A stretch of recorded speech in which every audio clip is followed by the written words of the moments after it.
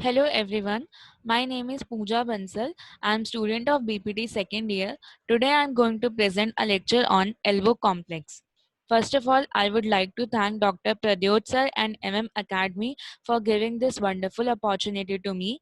In today's lecture, I will tell you what exactly is elbow complex, what are the joints present in elbow complex, what are the muscles and ligaments associated with it, along with the injuries that happen in the elbow complex.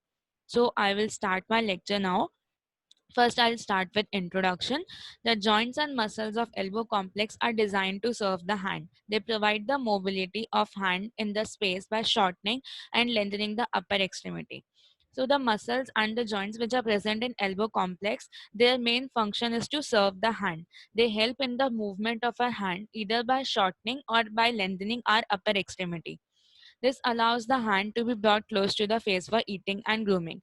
So, because of these muscles and joints of elbow complex, we are able to bring our hand to our face either for drinking, for eating, or doing any other grooming activity.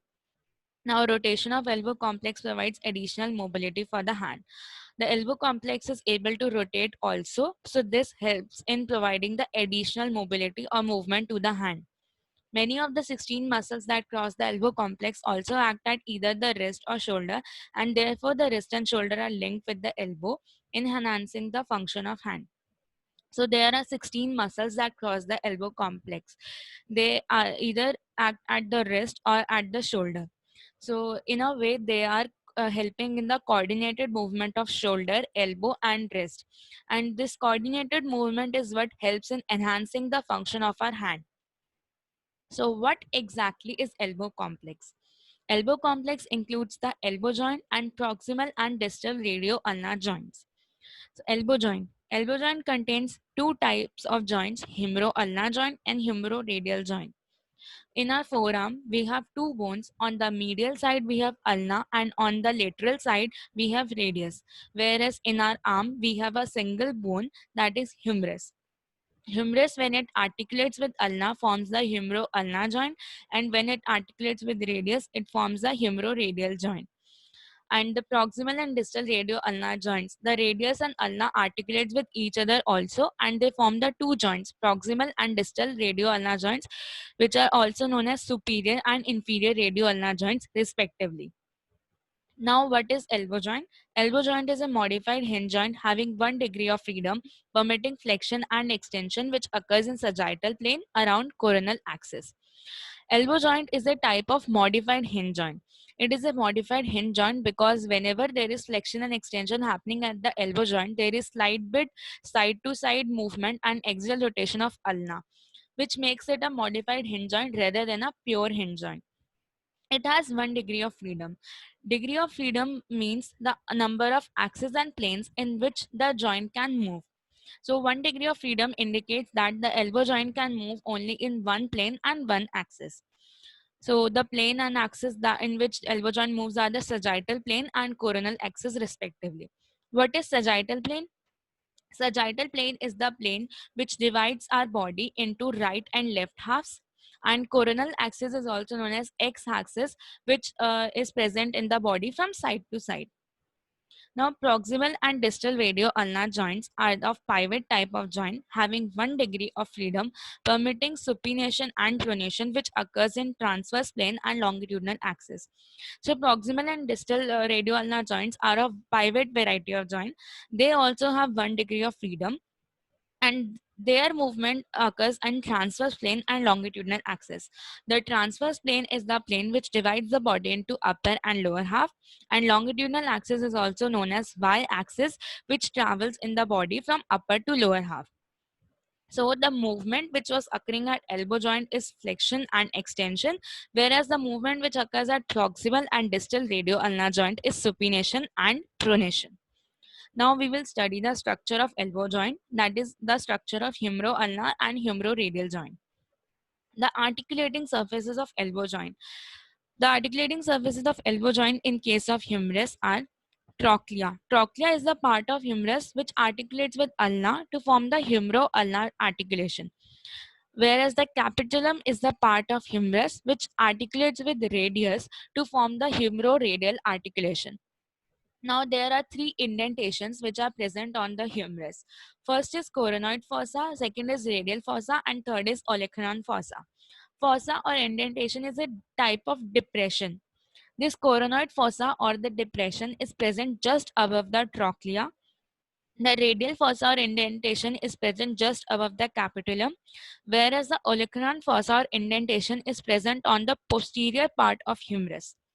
Now, articulating surfaces in case of radius, the head of radius is what articulates with capitulum of humerus to form the humeroradial articulation. Whereas in case of ulna, trochlea notch of ulna articulates with trochlea of humerus to form the humeroulnar articulation. This is the coronoid fossa. This is the radial fossa. This is capitulum. This is trochlea. This is the head of radius. This is neck. This is the coronoid process of ulna. This is the olecranon process of ulna, and this is what is olecranon fossa. This is the posterior view of humerus. So in case of humero-ulnar joint, whenever there is full extension of the elbow, the olecranon process of ulna fits completely into the olecranon fossa. As we can see here, the olecranon process is completely fitted in olecranon fossa. Whereas in case of full flexion, the coronoid process reaches the floor of coronoid fossa. So whenever there is full flexion of elbow, the coronoid process of ulna fits exactly into the coronoid fossa. Now coming to the humeroradial joint. In case of humeral radial joint, whenever there is full extension, there is no contact between the radius and the humerus. As we can see here, there is no contact between radius and between the humerus. Whereas in case of full flexion, the head of radius enters into the radial fossa. So whenever there is full flexion of elbow, the head of radius will fits completely into the radial fossa. Now coming to the joint capsule. The joint capsule encloses the three joints, the humero-ulnar joint, humero-radial joint, and the proximal radio-ulnar joint. So there are three types of relations of joint capsule: anteriorly, posteriorly, medially, and laterally. Anteriorly also it has two types of relations: proximally and distally. Proximally means in above part and distally means in below part. Proximally, in case of anterior portion, it is attached to the coronoid and the radial fossa. Then distally, it is attached to the ulna along the margins of coronoid process, and it blends with the proximal border of annular ligament. What is annular ligament? Annular ligament is a ligament which encloses the head and neck of the radius. So this is where the capsule is attached to the just above the radial fossa and the coronoid fossa proximally in anterior case, and distally in anterior case it is attached to the coronoid process of ulna and to the proximal border of annular ligament somewhere here. Now posteriorly in case of proximal attachment, it is attached to the edge of olecranon process and to the back of medial epicondyle. Then distally it is attached to the posterior and inferior margins of neck of radius. I tried to find that posterior part picture, but I was not able to find it. So I can just tell you verbally to give an idea. This is the medial epicondyle. This is the anterior surface. So capsule will be attached to the somewhere around here in the posterior surface. Whereas distally, it will be attached to the neck of radius in inferior margins, but posteriorly. So medially and laterally, the capsule continues with the collateral ligaments of elbow joint. There are two collateral ligaments in elbow joint, medial and lateral collateral ligament, about which I will talk later. Now, there are three forces which act on the elbow joint. First is valgus force, second is varus force, third is longitudinal force. What exactly is valgus force? Valgus force or the stress is the type of force which comes from the medial side of elbow joint, and it causes the movement of distal forearm outwards, or we can say laterally. It produces compression on lateral aspect and tensile stress on medial aspect. So whenever there is force coming from the medial side, that is known as valgus force, and that valgus force will always result in the movement of forearm laterally or outwards, and it causes the compression on lateral aspect, which means that the structures present on the lateral aspect will come closer to each other whereas the structures present on medial aspect will move further apart. Second force that we have on elbow joint is the varus force. Varus force or stress is the force which comes from the lateral side of the elbow joint and causes the movement of distal forearm inwards. It produces a compression on medial aspect and tensile stress on lateral aspect. So we can say varus force is completely opposite of valgus force. Varus force comes from the lateral side and it results in the movement of forearm inwards or medially. Varus force results in the compression on medial aspect rather than lateral and tensile stress on lateral aspect rather than medial. Lastly, we have longitudinal force. Longitudinal force is the one which pulls the elbow joints downwards. So now we can see here in case of valgus stress, the valgus stress is coming from the medial side and it is resulting in the distal movement. So here is it the traction or the tensile stress, which means the structures are moving further apart from each other, whereas on the lateral aspect here occurring the compression. Compression means that the structure are moving closer to each other. Now we will talk about the longitudinal stress. Longitudinal stress, for example, if someone is holding a briefcase or any heavy thing, so that is exerting a distracting or the longitudinal force on our elbow. Now, ligaments of elbow joints. Ligaments of elbow joints are as follows. First is the medial collateral ligament. Medial collateral ligament is also known as the ulnar collateral ligament. As we know, ulna is present on the medial side. So the ligament which is present on the medial side is also known as ulnar collateral ligament. This ligament is divided into three parts: anterior medial collateral, posterior medial collateral, and the transverse part. Now, what are the functions of this medial collateral ligament? First, it helps in stabilizing the valgus torque at the medial elbow. As I already told you about the valgus force that is coming from the medial side. So it helps in stabilizing that torque. Then it limits the extension at the end of the elbow extension range of motion. So whenever there is end range of elbow extension, it prevents from further extension. Then guides joint motion throughout the flexion range of motion. Whenever we are doing the elbow flexion, it helps in guiding our motion and help in doing the motion smoothly. Then it provides some resistance to longitudinal distraction of joint surfaces.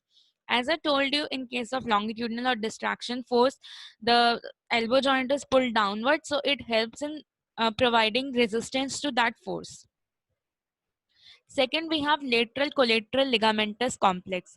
This lateral collateral ligamentous complex includes the lateral or the radial collateral ligament, which is also known as LCL. Then second, we have lateral ulnar collateral ligament. Third is accessory collateral ligament. What are the functions of this lateral collateral ligamentous complex? It stabilizes against the stabilizes elbow against the varus torque. Medial was stabilizing against the valgus and lateral is stabilizing against the varus. It stabilizes against the combined varus and supination torque. It stabilizes the radial head, thus providing a stable base of rotation. Radial head has the ability to move, so it stabilizes the radial head so that there is movement properly, there is rotation and there is no extra movement. It maintains the posterior lateral rotatory stability. It prevents subluxation of humero-ulnar joint by securing ulnar to humerus. Subluxation of humero-ulnar joint means partial dislocation of humero-ulnar joint. Lateral ligament prevents the partial dislocation by securing ulnar to the humerus. It reinforces the humero-ulnar joint and helps provide some resistance to longitudinal distraction of the articulating surfaces. So here we can see this is the lateral ligament complex and this is the medial collateral ligament. This is the anterior part, this is the transverse part, this is the posterior part, and three together form the medial collateral ligament. This is the radial collateral ligament part. This is the lateral ulnar collateral ligament. These forms the lateral collateral ligament complex. Now, anterior compartment muscles of elbow joint.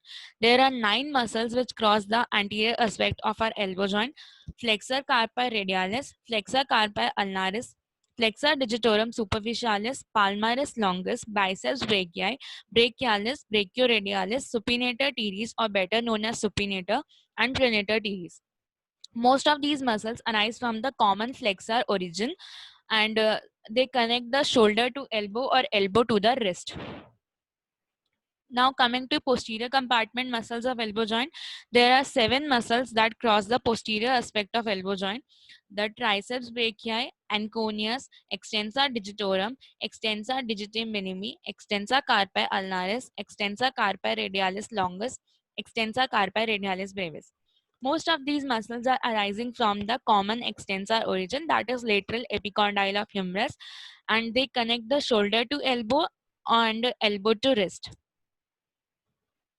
Now, what is the function of elbow joint? Till now, I told you about the structure of elbow joint, like what are the articulating surfaces, how the joint capsule is present, then what are the ligaments, what are the forces which act on elbow joint, then what are the muscles which are present on anterior and the posterior aspect of elbow joint. Now, I will tell you what is the function of elbow joint. As I told you on in the first slide, that flexion and extension are the movements which occur at the elbow joint. Axis is the coronal axis and plane is the sagittal plane. Now, what are the muscles which are responsible for doing flexion and extension? For flexion, there are 3 muscles: biceps brachii, brachioradialis, and brachialis. All these 3 muscles do the flexion, but in 3 different positions of forearm. Whenever our forearm is in supination position, biceps brachii will do the flexion. Whenever our forearm is in mid-prone position, brachioradialis will do the flexion. And whenever our forearm is in pronation position, brachialis will do the flexion. Now, biceps brachii. Biceps brachii is the muscle which contains 2 head, long head and the short head. The origin of biceps brachii is as follows. The long head arises from the superior glenoid tubercle, whereas the short head arises from the coronoid process of scapula. The biceps brachii inserts as the single tendon on the posterior surface of radial tuberosity. Second, we have brachioradialis. The origin of brachioradialis is from the lateral supracondylar ridge of humerus, and it gets inserted onto the distal end of radius. So, biceps brachii is connecting the shoulder to the elbow, whereas brachioradialis is connecting the elbow to the wrist. So, third muscle is brachialis muscle. Brachialis muscle arises from the anterior surface of lower humerus, and it gets inserted onto the ulnar tuberosity and coronoid process of ulna. Now, flexion completed. Second, we have extension. In case of extension, there are 2 muscles: triceps brachii and anconeus. Triceps brachii has 3 heads: the long head, medial head, and the lateral head. So, and the origin of the triceps brachii 3 heads is as follows. The long head arises from the infraglenoid tubercle. The medial head arises from the lower portion of the posterior part of humerus, and lateral head arises from the posterior surface of humerus from the upper portion. And these 3 heads of the triceps brachii join together to form a single tendon, which is inserted onto the olecranon process of ulna. Second, we have anconeus. Anconeus is the muscle which originates from the posterior surface of lateral epicondyle of humerus, and it also gets inserted onto the olecranon process of ulna. Now, how much range of motion is possible at the elbow joint? The flexion is possible from 0 to 150 degree. There may be variations also. Some people are only able to flex their elbows till 135 degrees. But overall motion, exact motion that is possible is 0 to 150 degrees. Now, extension is from 150 degrees to 0 degrees. Now, these are the flexor muscles. Biceps brachii coming from the scapula and getting inserted onto the radial tuberosity. Then brachialis coming from the humerus and getting inserted onto the ulna. Then brachioradialis coming somewhere from here, from the humerus, and getting inserted onto the distal end of radius. Now, coming to extensor muscles, triceps brachii, which comes from the scapula and the humerus and gets inserted onto the olecranon process of ulna. And anconeus is a very small muscle which comes from the lateral epicondyle of humerus and gets inserted onto the olecranon process of ulna. Now we will talk about the structure of proximal and distal radio-ulnar joints. Radio-ulnar joints are 2 joints, proximal and distal. In case of proximal, the articulating surfaces are the ulnar radial notch, annular ligament, head of radius, humeral capitulum. What is ulnar radial notch? It is located on the lateral aspect of proximal ulna below the trochlear notch. So I had already told you about trochlear notch, which was articulating with trochlea of humerus to form the humero-ulnar joint. So below that, there is one more notch that is known as ulnar radial notch. This articulates with radius to form the proximal radio-ulnar joint. Second, we have annular ligament. Annular ligament is attached to the anterior and posterior part of the notch, and it encircles the head of radius. I already told you about head of radius and humeral capitulum, which were articulating to form the humeroradial joint in case of elbow joint. Now I will talk about the articulating surfaces of distal radio-ulnar joint. The articulating surfaces of distal radio-ulnar joint are the ulnar notch of radius, articulating disc, and the head of ulna. Ulnar notch is the notch which is present on the distal end of radius, and articulating disc is the disc which is attached to the styloid process of ulna and to the ulnar head. Now, ulnar head is convex and covered with articular cartilage. In case of ulna, the notch is known as radial notch, whereas in case of radius, the notch is known as ulnar notch. The head of the radius is present proximally, whereas the head of ulna is present distally. So this is the proximal radio-ulnar joint. Somewhere here is the notch for the ulna, sorry, for the radius, and in this way the proximal radio-ulnar joint is formed. And then distal radio-ulnar joint. This is the radius. Somewhere here is the ulnar notch, and this is the head of ulna. This is the articulating disc. These three are together forming the distal radio-ulnar joint. Now, the proximal and distal radio-ulnar joints are mechanically linked. Therefore, motion at one joint is always accompanied by motion at other joint. So, whenever there is motion happening at proximal radio-ulnar joint, there will always be a motion at distal radio-ulnar joint. And vice versa, if there is any movement at distal, it will always create a movement on proximal. Now, what are the ligaments which are present on the proximal and distal radio-ulnar joint? In case of proximal radio-ulnar joint, there are four ligaments: annular ligament, quadrate ligament, oblique cord, and the interosseous membrane. Whereas in case of distal radio-ulnar joint, there are three ligaments: dorsal radio-ulnar ligament, palmar radio-ulnar ligament, and interosseous membrane. Interosseous membrane is the membrane which is present between the radius and ulna. It is connecting the whole length of radius and ulna with each other. Annular ligament is the ligament which is present around the head of radius, and oblique cord is also connecting the radius and ulna to each other. Then dorsal radio-ulnar ligament is present on the posterior aspect of the wrist, and palmar radio-ulnar ligament is present on the anterior aspect of wrist. This is the interosseous membrane. It is connecting the ulna and the radius. This is the oblique cord. It is also connecting radius and ulna. This is the annular ligament, which is encircling the head of radius and connecting it with the ulna. Somewhere here will be the palmar radioulnar ligament, and on posterior it will have a distal radioulnar ligament. Now, what are the muscles which are associated with the radio-ulnar joint? Four muscles which are associated with radio-ulnar joint: pronator teres, pronator quadratus, supinator, and biceps brachii. I told you about the structure of radio-ulnar joint. What are the articulating surfaces, ligaments associated with it, and muscles. Now we will talk about the functions of radio-ulnar joint. Supination and pronation are the two movements which occur at the radio-ulnar joint. They occur in the longitudinal axis and the transverse plane.